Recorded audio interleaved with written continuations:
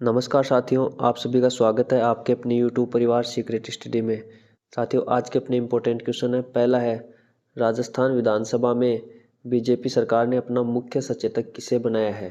तो ये बनाया जोगेश्वर गर्ग को, और ये जालोर से विधायक बने हैं। ठीक है। 15वीं विधानसभा में कौन थे? महेश जोशी थे, गहलोत सरकार में।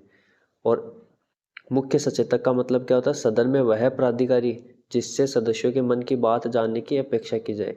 ठीक है, इसे कैबिनेट का सदस्य होता है ये, और केंद्रीय मंत्री का दर्जा मिलता है। वासुदेव देवनानी कौन है? विधानसभा अध्यक्ष है। कालीचरण सराफ को प्रोटेम स्पीकर बनाया गया था, और ये सबसे वरिष्ठ विधायक है। ठीक है। नेक्स्ट है, राजस्थान विधानसभा अध्यक्ष वासुदेव देवनानी। अब एक क्वेश्चन तो यहीं से बन रहा है, राजस्थान के विधानसभा अध्यक्ष कौन है? वासुदेव देवनानी है। 16वीं विधानसभा में, वर्तमान में कौन सी विधानसभा चल रही है? 16वीं। गृह समिति का गठन करके सभापति किसे मनोनीत किया है? तो ये किया है ये किया है पुष्पेंद्र सिंह को। ठीक है। जोगेश्वर गर्ग को बनाया गया है मुख्य सचेतक। पीछे मैंने क्वेश्चन बताया था, मुख्य सचेतक। ठीक है। और पुष्पेंद्र सिंह को गृह समिति का गठन करके सभापति बनाया गया है, और ये बाली से विधायक बने हैं पुष्पेंद्र सिंह। ठीक है। अब इसमें देखो, पहला क्वेश्चन ये ध्यान में रख लेना, राजस्थान के वर्तमान विधानसभा को अध्यक्ष कौन है? वासुदेव देवनानी। वर्तमान में कौन सी विधानसभा है? 16वीं विधानसभा। ठीक है। और गृह समिति का गठन कर दिया गया है। ये समितियां हैं, सारी समितियां बन जाएगी तो एक क्लास में मैं सारा बता दूंगा। ठीक है। तो इसमें सभापति सहित 14 सदस्यों का मनोनयन किया गया है। अब 14 सदस्य कौन कौन है उनके बारे में तो नहीं पूछा जाएगा, लेकिन ये ध्यान रखना, इस समिति में 14 सदस्य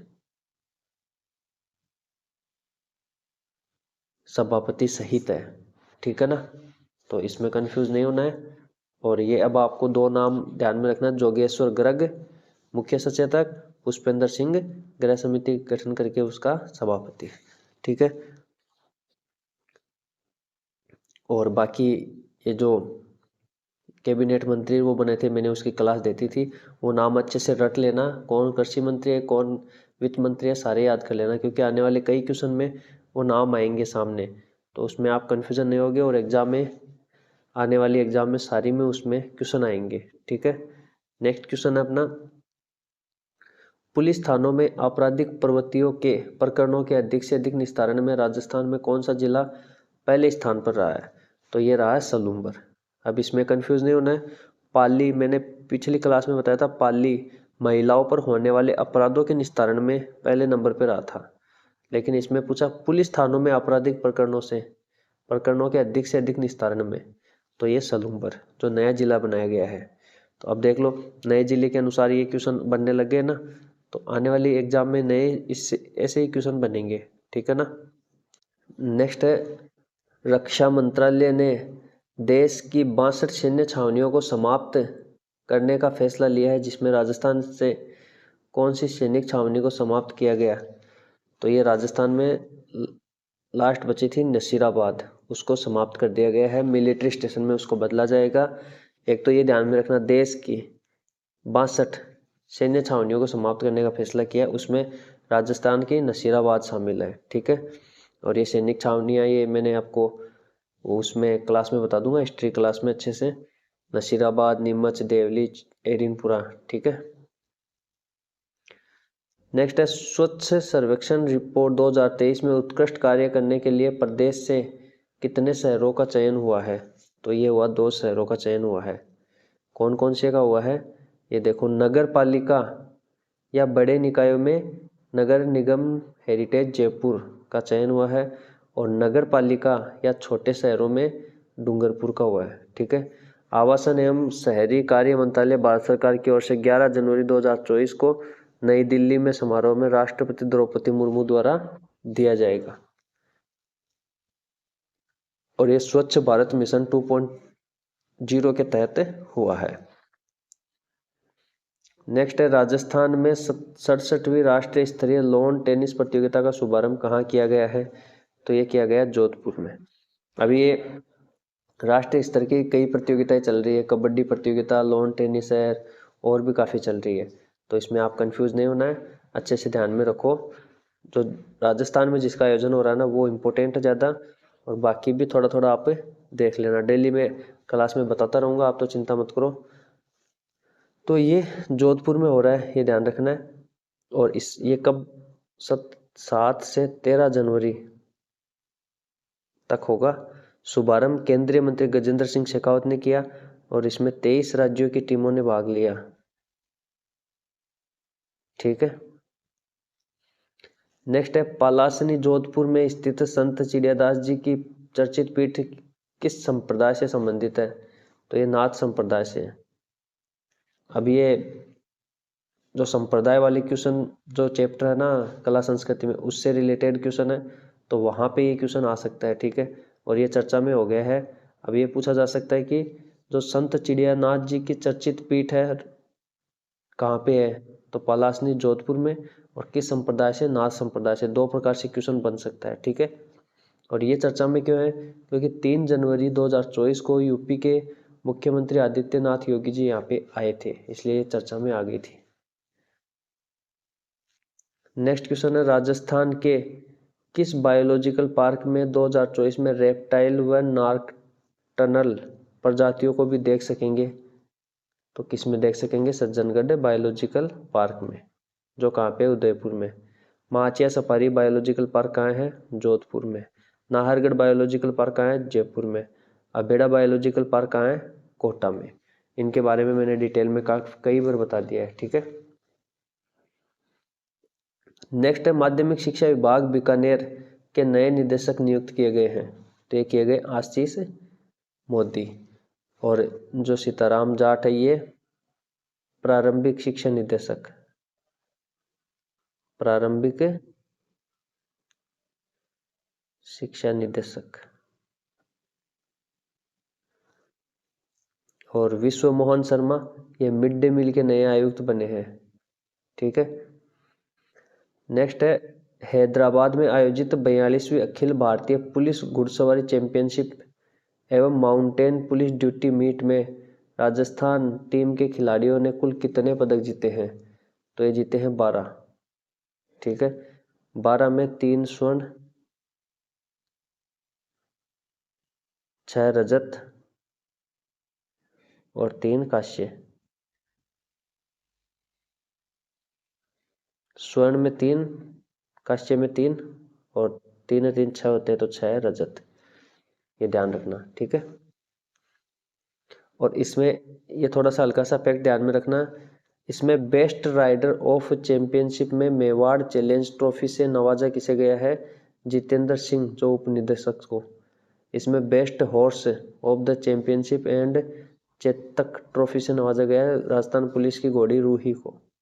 अब ये रूही नाम थोड़ा सा ऐसे चर्चा में है, तो इसलिए ये पूछा जा सकता है कि रूही क्या है?